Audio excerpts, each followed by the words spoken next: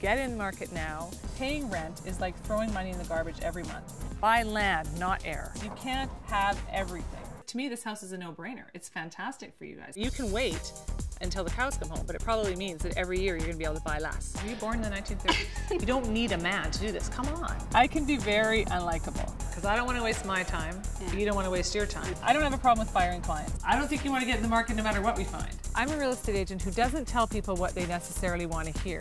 I don't need to sell you a house. I tell them what I honestly believe is in their best interest. The emotional side of it, you might be attaching negatives to that where they shouldn't be. You can do it. If you don't think it's right for you to buy, that's fine.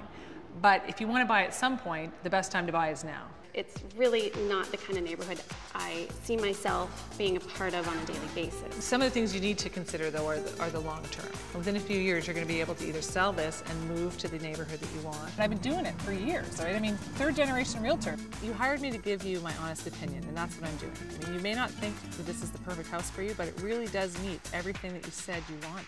You have to take risks to get ahead in life, right? You know that. Sometimes I do have to kick ass.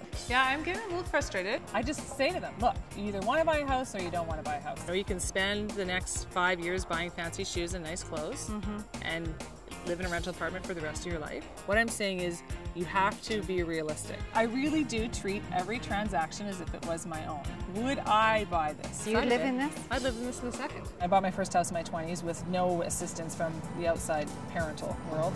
And I've bought and sold many homes of my own. And I try and teach my clients to learn from my mistakes. I know the real estate pitfalls, and being a lawyer, I also am able to identify some pitfalls that you wouldn't otherwise necessarily recognize in just selling real estate. Now is a perfect time to buy. You guys are so young. I love it when young couples come to me to buy a house. You guys are so lucky that you can actually afford at this age to get into the market. I mean, the real estate gains that you make will be incredible if you start now. Maybe the bubble's going to burst and I can get a house that... What bubble? I don't know where you're getting that information from because I haven't read anything that supports that. I think you're just hearing that, you know, at cocktail parties or something. It's surprising how many times clients say they want one thing, buy something else, and are ecstatic about it.